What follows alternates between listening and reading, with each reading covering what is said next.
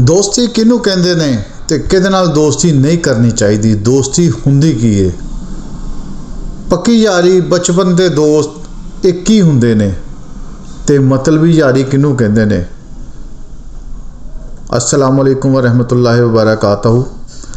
ਅੱਜ ਅਸੀਂ ਬਾਬਾ ਜੀ ਸਹੇਲੀ ਸਰਕਾਰ ਦੀ ਖਿਦਮਤ 'ਚ ਹਾਜ਼ਰ ਹੋਏ ਤੇ ਬਾਬਾ ਜੀ ਦੇ ਅੱਗੇ ਸਾਰੇ ਸਵਾਲ ਕਰ ਛੱਡੇ। ਬਾਬਾ ਜੀ ਇਹਨਾਂ ਗੱਲਾਂ ਨੂੰ ਸੁਣ ਕੇ ਤੇ ਬੜੇ ਹੀ ਮੁਸਕਰਾਉਂਦੇ ਹੋਏ ਅੰਦਾਜ਼ 'ਚ ਬੋਲੇ, ਪੁੱਤਰ ਗੱਲ ਸੁਣ, ਰਫੀਕ, ਖਲੀਲ, ਵਲੀ ਜਾਂ ਹਬੀਬ ਇਹ ਅਰਬੀ ਦੇ ਲਫ਼ਜ਼ ਹੈ। ਇਹਨਾਂ ਨੂੰ ਅਗਰ ਇਕੱਠਿਆਂ ਕਰਕੇ ਇਹਨਾਂ ਦਾ ਰੋਹ ਵਾਂਗੂ ਜੂਸ ਕੱਢ ਲਿੱਤਾ ਜਾਵੇ ਤੇ ਉਹ ਸਾਡੀ ਉਰਦੂ ਜ਼ੁਬਾਨ ਦਾ ਲਫ਼ਜ਼ ਦੋਸਤੀ ਬਣ ਜਾਂਦਾ ਹੈ। ਦੋਸਤੀ ਅਸਲ 'ਚ ਇਕੱਠੇ ਰਹਿਣ ਵਾਲੇ ਦਾ ਨਾਮ ਨਹੀਂ ਹੈਗਾ। ਨਾਲ 24 ਘੰਟੇ ਗੱਲਾਂ ਕਰਨ ਵਾਲਾ ਵੀ ਤੁਹਾਡਾ ਜਿਹੜਾ ਬੇਲੀ ਹੈ ਉਹ ਤੁਹਾਡਾ ਬੇਲੀ ਨਹੀਂ ਹੁੰਦਾ। ਤੁਹਾਡੇ ਮੁਸ਼ਕਿਲ ਵੇਲੇ ਕੰਮ ਆਉਣ ਵਾਲਾ ਵੀ ਤੁਹਾਡਾ ਜਿਗਰੀ ਦੋਸਤ ਜਾਂ ਯਾਰ ਨਹੀਂ ਹੁੰਦਾ। ਬਲਕਿ ਇਹ ਗੱਲਾਂ ਜਿਹੜੀਆਂ ਨੇ ਇਹ ਬੜੀਆਂ ਡੂੰਘੀਆਂ ਤੇ ਗਹਿਰੀਆਂ ਨੇ। ਮੈਂ ਬਾਬਾ ਜੀ ਦੇ ਮੂੰਹ ਵੱਲੇ ਦੇਖਦਾ ਰਹਿ ਗਿਆ ਤੇ ਮੈਂ ਹੈਰਾਨ ਤੇ ਪਰੇਸ਼ਾਨ। ਬਾਬਾ ਜੀ ਕਹਿਣ ਲੱਗੇ, ਹਰ ਹੱਥ ਮਿਲਾਉਣ ਵਾਲਾ ਪੁੱਤਰ ਦੋਸਤ ਨਹੀਂ ਹੁੰਦਾ, ਨਾ ਹੀ ਸਦਾ ਰਹਿਣ ਵਾਲਾ ਤੇਰੇ ਨਾਲ ਤੇਰਾ ਦੋਸਤ ਹੁੰਦਾ ਹੈ। ਤੇ 24 ਘੰਟੇ ਗਲੇ ਲੱਗ ਕੇ ਇੱਕ ਦੂਜੇ ਦੇ ਮੋਢਿਆਂ ਉੱਤੇ ਬਾਹਾਂ ਰੱਖਣ ਵਾਲੇ ਵੀ ਤੁਹਾਡੇ ਜਿਗਰੀ ਯਾਰ ਨਹੀਂ ਹੁੰਦੇ। ਬਾਬਾ ਜੀ ਕਹਿਣ ਲੱਗੇ, ਬਾਬਾ ਜੀ ਨਿੰਮੋ ਸਰਕਾਰ ਕਹਿੰਦੇ ਹੋਏ ਸੁਣੇ ਸੀ ਮੈਂ ਇੱਕ ਵਾਰੀ, ਤੇ ਉਹ ਕਹਿੰਦੇ ਸੀ ਕਿ ਇਹ ਗੱਲਾਂ ਉਹਨਾਂ ਨੇ ਪਤਰਸ ਬੁਖਾਰੀ ਤੋਂ ਸੁਣੀਆਂ ਨੇ। ਤੇ ਉਹ ਕਹਿੰਦੇ ਨੇ ਕਿ ਦੋਸਤ ਅਸਲ 'ਚ ਉਹ ਹੁੰਦਾ ਹੈ ਜਿਹਦੇ ਕੋਲ ਤੁਸੀਂ ਬਹਿ ਜਾਓ ਤੇ ਬਗੈਰ ਗੱਲ ਕੀਤੇ ਟਾਈਮ ਲੰਘਣ ਦਾ ਪਤਾ ਨਾ ਲੱਗੇ, ਉਹ ਦੋਸਤ ਹੁੰਦਾ। ਬਾਬਾ ਜੀ ਕਹਿੰਦੇ ਨੇ ਕਿ ਦੋਸਤ ਉਹ ਜਿਹੜਾ ਤੇਰਾ ਬੂਥਾ ਦੇਖ ਕੇ ਤੇਰੇ ਦਿਲ ਦਾ ਹਾਲ ਸਮਝ ਜਾਵੇ ਤੇ ਇੰਜ ਦੀ ਮਖਲੂਕ ਜਿਹੜੀ ਕਦੀ ਵੀ ਤੈਨੂੰ ਇੱਜ਼ਤ ਨਾ ਦੇਵੇ। ਉਹ ਤੈਨੂੰ ਤੇਰੇ ਪੁਰਾਣਿਆਂ ਨਾਮਾਂ ਤੋਂ, ਜਿਹੜੇ ਤੁਹਾਡੇ ਅਸਲੀ ਨਾਮ ਆ, ਉਹ ਤੋਂ ਯਾਦ ਕਰੇ। ਉਹ ਕਦੀ ਤੈਨੂੰ ਬੂਮਾ ਆਖੇ, ਉਹ ਕਦੀ ਤੈਨੂੰ ਮੱਖਾ ਆਖੇ, ਉਹ ਕਦੀ ਤੈਨੂੰ ਸਹੇਲੀ ਆਖੇ, ਉਹ ਤੈਨੂੰ ਬੱਕਰਾ ਆਖੇ, ਉਹ ਤੈਨੂੰ ਸ਼ਾਹ ਜੀ ਆਖੇ, ਉਹ ਤੈਨੂੰ ਰਾਜਾ ਆਖੇ, ਉਹ ਤੈਨੂੰ ਬੋਂਗਾ ਆਖੇ, ਉਹ ਤੈਨੂੰ ਫਲੂਟਰ ਆਖੇ, ਉਹ ਤੈਨੂੰ ਸਣੀ ਆਖੇ। ਉਹ ਲੇਕਿਨ ਉਹ ਆਖੇਗਾ ਆਪਣੇ ਅਸਲ ਸਟਾਈਲ 'ਚ ਤੇ ਉਹ ਢਿੱਡੋਂ ਆਖੇਗਾ। ਉਹਨੂੰ ਤੇਰੇ ਤੋਂ ਕੋਈ ਡਰ ਡੁਰ ਨਾ ਹੋਵੇ। ਜਦੋਂ ਕਿਸੇ ਨੂੰ ਡਰਦੇ ਹੋਏ ਕੋਈ ਕਿਸੇ ਦੀ ਇੱਜ਼ਤ ਕਰੇ ਨਾ, ਉਹ ਮਤਲਬ ਦੇ ਵਿੱਚ ਵੜ ਜਾਂਦੀ ਹੈ। ਤੇ ਇਹ ਜਿਹੜੇ ਮਖਲੂਕ, ਜਿਹੜੀ ਅਖਲਾਈ ਮਖਲੂਕ ਕਲਵਾਉਂਦੀ ਹੈ ਨਾ, ਇਹ ਅਸਲ 'ਚ ਜਿਹੜੇ ਬਚਪਨ ਦੀ ਯਾਰੀ ਜਿਹਨੂੰ ਕਹਿੰਦੇ ਆ ਨਾ, ਇਹ ਉਹ ਵੇਲੇ ਹੁੰਦਾ ਹੈ ਜਦੋਂ ਬੰਦੇ ਨੂੰ ਅਕਲ ਨਹੀਂ ਹੁੰਦੀ। ਤੇ ਜਦੋਂ ਅਕਲਾਂ ਆ ਜਾਣ ਨਾ ਤੇ ਫਿਰ ਮੱਤਾਂ ਦੇ ਨਾਲ ਜਿਹੜੀ ਯਾਰੀ ਹੁੰਦੀ ਹੈ ਨਾ, ਉਹ ਮਤਲਬ ਦੀ ਹੁੰਦੀ ਹੈ। ਬਾਬਾ ਜੀ ਕਹਿਣ ਲੱਗੇ, ਉਹ ਕੰਨ ਖੋਲ ਕੇ ਗੱਲ ਸੁਣਨਾ ਮੇਰੀ। ਜਿਹੜਾ ਕੋਈ ਤੇਰੇ ਕੰਮ ਨਾ ਆਵੇ ਤੇਰੇ ਮੁਸ਼ਕਿਲ ਵੇਲੇ, ਤੇ ਉਹ ਵੀ ਤੇਰਾ ਦੋਸਤ ਹੁੰਦਾ ਹੈ। ਤੇ ਜਿਹੜਾ ਤੇਰੇ ਮੁਸ਼ਕਿਲ ਵੇਲੇ ਕੰਮ ਆ ਜਾਵੇ, ਉਹ ਬਾਜ਼ ਔਕਾਤ ਤੇਰਾ ਦੋਸਤ ਨਹੀਂ ਹੁੰਦਾ। ਬਾਬਾ ਜੀ ਕਹਿੰਦੇ ਨੇ ਦੋਸਤੀ ਦੇ ਅਸੂਲ ਹੁਣ ਮੈਂ ਤੇਰੇ ਅੱਗੇ ਖੋਲ੍ਹਣ ਲੱਗਾ ਤੇ ਦੱਸ ਦੇ ਜਿਹਨੂੰ ਜਿਹਨੂੰ ਦੱਸਣਾ ਹੈ। ਰੱਬ ਸੂਰਾ ਬਕਰਾ ਦੇ ਵਿੱਚ ਫਰਮਾਂਦਾ ਹੈ ਕਿ ਉਹ ਵੇਲੇ ਤੇਰਾ ਕੋਈ ਦੋਸਤ ਨਹੀਂ ਹੋਏਗਾ ਤੇ ਨਾ ਹੀ ਤੇਰਾ ਕੋਈ ਸਿਫਾਰਸ਼ੀ ਹੋਏਗਾ। ਯਾਨੀ ਕਿ ਰੋਜ਼ੇ ਕਿਆਮਤ ਦੇ ਵਿੱਚ ਅੱਲਾ ਫਰਮਾਂਦਾ ਹੈ, ਨਾ ਤੇਰਾ ਕੋਈ ਦੋਸਤ ਹੋਏਗਾ ਨਾ ਤੇਰਾ ਸਿਫਾਰਸ਼ੀ ਹੋਏਗਾ। ਇਹ ਤੋਂ ਦੋ ਗੱਲਾਂ ਸਮਝ ਆਉਂਦੀਆਂ ਨੇ। ਇੱਕ ਕਿ ਇੰਜ ਦਾ ਦੋਸਤ ਬਣਾਓ ਜਿਹੜਾ ਆਖਰੀ ਟਾਈਮ ਤੱਕ ਰੋਜ਼ੇ ਕਿਆਮਤ ਵੀ ਤੁਹਾਡੇ ਕੰਮ ਆਵੇ। ਤੇ ਦੂਜਾ, ਇਹਨਾਂ ਦੁਨੀਆ ਦੇ ਵਿੱਚ ਰਹਿੰਦੇ ਹੋਏ ਜਿਹੜੇ ਤੇਰੇ ਤਾਲੁਕਾਤ ਨੇ, ਇਹਨੂੰ ਉਲਟ ਕਰ ਲਾ, ਇਹਨੂੰ ਜ਼ਰਾ ਸਮਝਣ ਵਾਸਤੇ ਕਿ ਦੁਨੀਆ 'ਚ ਰੱਬ ਕਹਿੰਦਾ ਤੇਰੇ ਬੜੇ ਤਲਕਾਤ ਹੋਣਗੇ, ਬੜੇ ਤੇਰੇ ਮਾਮਲਾ ਸੈੱਟ ਹੋਣਗੇ। ਤੂੰ ਜਿੱਥੇ ਜਾਏਂਗਾ, ਜਿਹੜੀ ਮਰਜ਼ੀ ਸਿਫਾਰਿਸ਼ ਕਰਾਏਂਗਾ, ਤੇਰੀ ਸਿਫਾਰਿਸ਼ ਵੀ ਹੁੰਦੀ ਹੋਏਗੀ, ਤੇਰੀ ਕੰਡ ਪਿੱਛੇ 100 ਬੰਦਾ ਵੀ ਖੜਾ ਹੁੰਦਾ ਹੋਏਗਾ, ਤੇਰੇ ਵਾਸਤੇ ਜਾਨ ਦੇਣ ਨੂੰ ਵੀ ਹੋਏਗਾ। ਲੇਕਿਨ ਅਸਲ 'ਚ ਤੇਰੇ ਦੋਸਤ ਨਹੀਂ ਹੈ। ਅਸਲ 'ਚ ਤੇਰੇ ਦੋਸਤ ਉਹ ਆ ਜਿਹੜੇ ਆਖਰ ਦੇ ਟਾਈਮ ਤੇਰੇ ਕੰਮ ਆਉਣ, ਆਖਰੀ ਵੇਲੇ। ਯਾਨੀ ਕਿ ਦੋ ਕਿਸਮ ਦੀਆਂ ਯਾਰੀਆਂ ਹੋ ਗਈਆਂ, ਇੱਕ ਦੁਨਿਆਵੀ ਯਾਰੀ ਹੋ ਗਈ, ਇੱਕ ਆਖਰਤ ਦੀ ਯਾਰੀ ਹੋ ਗਈ। ਤੇ ਅਫਜ਼ਲ ਯਾਰੀ ਰੱਬ ਕਹਿੰਦਾ ਆਖਰਤ ਦੀ ਹੈ। ਤੇ ਉਹਦੇ ਉੱਤੇ ਅੱਲਾਹ ਤਬਾਰਕ ਤਾਲਾ ਫਿਰ ਅਗਲੀਆਂ ਸੂਰਤਾਂ ਦੇ ਵਿੱਚ ਫਰਮਾਂਦਾ ਹੈ ਕਿ ਤੈਨੂੰ ਇਹ ਯਕੀਨ ਕਰ ਲੈਣਾ ਚਾਹੀਦਾ, ਮਫਹੂਮ ਹੈ ਆਇਤ ਦਾ, ਕਿ ਜਿਹੜਾ ਇਨਸਾਨ ਦੇ ਨਾਲ ਇਨਸਾਨ ਦੇ ਉੱਤੇ ਅਹਿਸਾਨ ਕਰਦਾ ਹੈ ਉਹ ਮੇਰਾ ਦੋਸਤ ਹੈ। ਇਹ ਰੱਬ ਸਾਨੂੰ ਇੱਕ ਫਾਰਮੂਲਾ ਦੇ ਦਿੱਤਾ।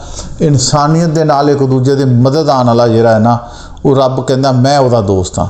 ਤੇ ਦੂਜੇ ਬੰਨੇ ਜਿਹੜਾ ਸਭ ਤੋਂ ਵੱਡਾ ਅਹਿਸਾਨ ਰੱਬ ਨੇ ਸਾਡੇ ਉੱਤੇ ਕੀਤਾ ਕਿ ਆਖਰੀ ਨਬੀ ਹਜ਼ਰਤ ਮੁਹੰਮਦ ਸੱਲੱਲਾਹੁ अलैहि वसल्लम ਦੇ ਸਾਨੂੰ ਉਮਤੀ ਬਣਾ ਦਿੱਤਾ।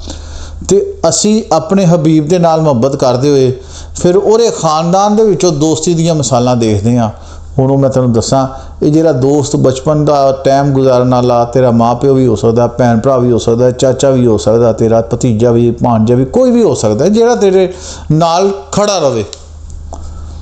ਮਸਲਨ ਉਹ ਤੈਨੂੰ ਯਾਦ ਆ, ਸਭ ਨੂੰ ਪਤਾ ਹੈਗਾ, ਸਾਡੇ ਦੀਨ ਦਾ ਹਿੱਸਾ ਹੈਗਾ ਕਿ ਦਾਦੇ ਨੇ ਯਤੀਮ ਪੋਤੇ ਵਾਸਤੇ ਸਾਰੀਆਂ ਕੁਰਬਾਨੀਆਂ ਦਿੱਤੀਆਂ ਤੇ ਉਹਦੇ ਨਾਲ ਖੜਾ ਹੋ ਗਿਆ ਕਿ ਇਹ ਮੇਰਾ ਪੋਤਾ ਜਿਹੜਾ ਨਾ, ਇਹਨੂੰ ਕੋਈ ਤਕਲੀਫ ਨਾ ਹੋਵੇ। ਤੇ ਉਹ ਗੱਲ ਨਸਲਾਂ 'ਤੇ ਮੁੱਕਦੀ ਏ। ਜਿਹਨੂੰ ਦੋਸਤੀ ਨਿਭਾਉਣੀ ਜਾਣਦਾ ਹੈ ਨਾ, ਉਹ ਨਸਲ ਪ੍ਰਸਤ ਹੁੰਦਾ ਹੈ, ਉਹ ਆਪਣੇ ਮਾਂ ਪਿਓ ਕੋਲ ਸਿੱਖ ਕੇ ਆਉਂਦਾ ਹੈ।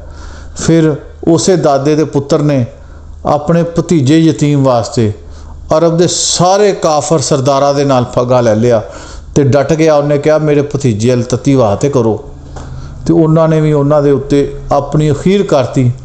ਉਹਨਾਂ ਨੂੰ ਫਿਰ 3 ਸਾਲ ਉਹਨਾਂ ਨੇ ਰੋਟੀ ਪਾਣੀ ਬੰਦ ਕਰਕੇ, ਉਹ ਜਿਵੇਂ ਹੁੱਕਾ ਪਾਣੀ ਬੰਦ ਨਹੀਂ ਅਸੀਂ ਕਹਿੰਦੇ, ਤੇ ਪਹਾੜਾਂ 'ਚ ਛੱਡ ਦਿੱਤਾ ਸ਼ੁਏਬ ਅਬੀ ਤਾਲਬ ਦੀ ਘਾਟੀ ਦੇ ਵਿੱਚ। ਤੇ ਉਹਨਾਂ 3 ਸਾਲਾਂ ਦੇ ਵਿੱਚ ਹੀ ਉਸ ਚਾਚੇ ਨੇ ਆਪਣੀ ਜਾਨ ਦਿੱਤੀ ਰੱਬ ਨੂੰ। ਮੁਸ਼ਕਲ ਹਾਲਾਤ ਦੇ ਬਾਵਜੂਦ ਉਹਨੇ ਕਿਹਾ ਭਤੀਜਿਆ ਮੈਂ ਤੇਰੇ ਤੋਂ ਪਿੱਛੇ ਨਹੀਂ ਹਟਣ ਲੱਗਾ। ਫਿਰ ਗੱਲ ਇੱਥੇ ਵੀ ਨਹੀਂ ਮੁੱਕਦੀ। ਉਹ ਹਜੇ ਉਹ ਲੜਕਪਨ ਦੀ ਉਮਰ 'ਚ ਸੀਗਾ ਉਸ ਚਾਚੇ ਦਾ ਪੁੱਤਰ। ਉਹਨੇ ਕਿਹਾ ਜੋ ਮੇਰਾ ਭਾਈਆ ਕਹਿੰਦਾ ਸੱਚ ਕਹਿੰਦਾ, ਮੈਂ ਇਹਦੇ ਨਾਲ ਆ। ਸਭ ਤੋਂ ਪਹਿਲੇ ਬੱਚਿਆਂ ਦੇ ਵਿੱਚ ਉਹ ਤਸਦੀਕ ਕਰਨ ਵਾਲਾ। ਤੇ ਉਸ ਤੋਂ ਬਾਅਦ ਜਿਨੋਂ 100 ਜਾਂ 1000 ਊਂਠ ਕੁਫਾਰ ਨੇ ਹਿਜਰਤ ਮਦੀਨਾ ਦੇ ਹਵਾਲੇ ਨਾਲ ਸਰਕਾਰੇ ਦੋ ਆਲਮ ਸੱਲੱਲਾਹੁ अलैहि वसल्लम ਦੀ ਜਾਨ ਲੈਣ ਵਾਲੇ ਉੱਤੇ ਇਨਾਮ ਦਿੱਤਾ। ਤੇ ਆਪਣੀ ਉਸ ਮੁਸ਼ਕਲ ਘੜੀ ਦੇ ਵਿੱਚ ਫਿਰ ਆਪਣੇ ਉਸੇ ਚਾਚੇ ਦੇ ਪੁੱਤਰ ਨੂੰ ਕਿਹਾ ਕਿ ਅੱਜ ਰਾਤ ਤੂੰ ਮੇਰੇ ਬਿਸਤਰ 'ਤੇ ਸੋ ਜਾ ਤੇ ਸਵੇਰ ਚੀਜ਼ਾਂ ਵੰਡ ਕੇ ਆਈ। ਤੇ ਉਹ ਰੱਬ ਦਾ ਜਿਹੜਾ ਸ਼ੇਰ ਸੀਗਾ, ਉਹਨੇ ਕਿਹਾ ਉਹੀ ਰਾਤ ਮੈਂ ਪੂਰੀ ਜ਼ਿੰਦਗੀ ਸਕੂਨ ਨਾਲ ਸੁੱਤਾ ਕਿ ਮੈਨੂੰ ਯਕੀਨ ਸੀ ਸੁਬਹ ਉੱਠ ਜਾਵਾਂਗਾ, ਵਰਨਾ ਮੈਂ ਰੱਬ ਦੇ ਕੋਲੋਂ ਹਮੇਸ਼ਾ ਰਹਿਮਤ ਦੀਆਂ ਦੁਆਵਾਂ ਮੰਗਦਾ ਸੀ। ਲੇਕਿਨ ਮੈਨੂੰ ਪਤਾ ਸੀ ਕਿ ਅੱਜ ਮੈਂ ਸੁਬਹ ਉੱਠ ਜਾਣਾ ਵਾ, ਕਿਉਂਕਿ ਕਾਲੀ ਕਮਲੀ ਵਾਲੇ ਨੇ ਕਿਹਾ ਸੀ ਕਿ ਸੁਬਹ ਚੀਜ਼ਾਂ ਵੰਡ ਕੇ ਆਈ। ਤੇ ਉਹ ਕਹਿੰਦਾ ਮੈਂ ਸੁੱਤਾ, ਮੈਨੂੰ ਕੋਈ ਡਰ ਨਹੀਂ ਸੀ, ਨਾ ਮੇਰੀ ਜਾਨ ਦਾ ਨਾ ਕਿਸੇ ਨੁਕਸਾਨ ਦਾ। ਤੇ ਦੂਜੇ ਬੰਨੇ ਉਹ ਜਿਹੜੇ ਕਾਫਰ ਸੀ, ਜੋ ਸੁਬਹ ਸਰਕਾਰ ਦੀ ਕਮਲੀ ਚੁੱਕ ਕੇ ਸ਼ੇਰੇ ਖੁਦਾ ਦਾ ਮੂੰਹ ਨਾ ਦੇਖਦੇ ਤੇ ਉਂਝ ਹੀ ਉਹ ਤੀਰ ਤੇ ਤਲਵਾਰ ਚਲਾ ਦਿੰਦੇ, ਤੇ ਜਾਨ ਦਾ ਜਿਹੜਾ ਸੀਗਾ 1000 ਗੁਣਾ ਡਰ ਸੀ। ਮਗਰ ਰੱਬ ਨੇ ਸਟੈਂਡਰਡ ਪੈਦਾ ਕਰਨੇ ਸੀ ਦੁਨੀਆ ਦੇ ਉੱਤੇ, ਦੋਸਤੀ ਨਿਭਾਉਣ ਦੇ ਤਰੀਕੇ, ਵਫਾ ਨਿਭਾਉਣ ਦੇ ਤਰੀਕੇ। ਵਫਾ ਰੱਬ ਨਿਭਾਉਣ ਵਾਲਾ ਹੈ, ਤੇ ਰੱਬ ਦੀ ਜਿਹੜੀ ਸੁਨਨਤ ਨੂੰ ਦੁਨੀਆ 'ਤੇ ਉਹਨੇ ਦੱਸਿਆ ਹੈ, ਉਹ ਤੁਹਾਡੇ ਸਾਹਮਣੇ ਆ। ਤੇ ਉਹਨਾਂ ਨੇ ਉਹੀ ਹੋਇਆ।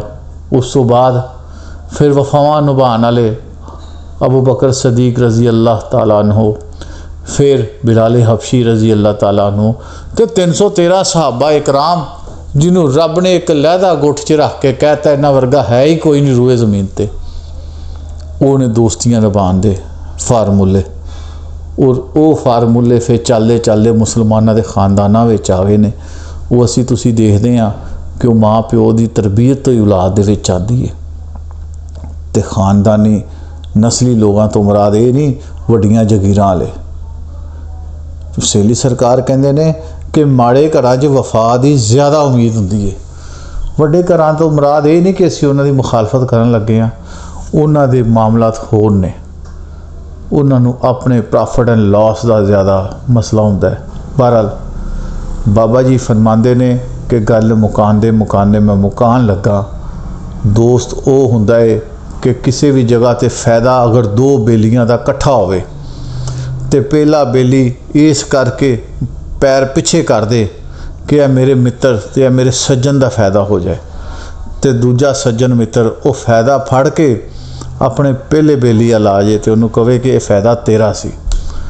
यानी कि ये मिसालां ने, ये पैसा क्योंकि दुनिया की सब तो वड्डी खतरनाक चीज़ है। तो इस करके दोस्ती नूं पैसे के तवाजन दे नाल नहीं रखना चाहिए, इनू पैसे की तकड़ी दे विच नहीं तोलना चाहिए। जे कोई तुहाडा काम ना कर सके, तुहाडे वास्ते कोई फ़ायदा ना कर सके, इहदा ये मतलब नहीं वो तुहाडा दोस्त नहीं है। जिहड़ा तुहानूं आखिरी रस्तियां दे विच, आखिरी राह च भी, मरण तो बाद भी तुहाडे नाल खड़ा होने की हिम्मत रखे कि रब्बा असीं इक्को जिक्के हाँ, सानूं इक्को जिक्का रख। हैगा कोई इंज दा दोस्त? लभना चाहिए है।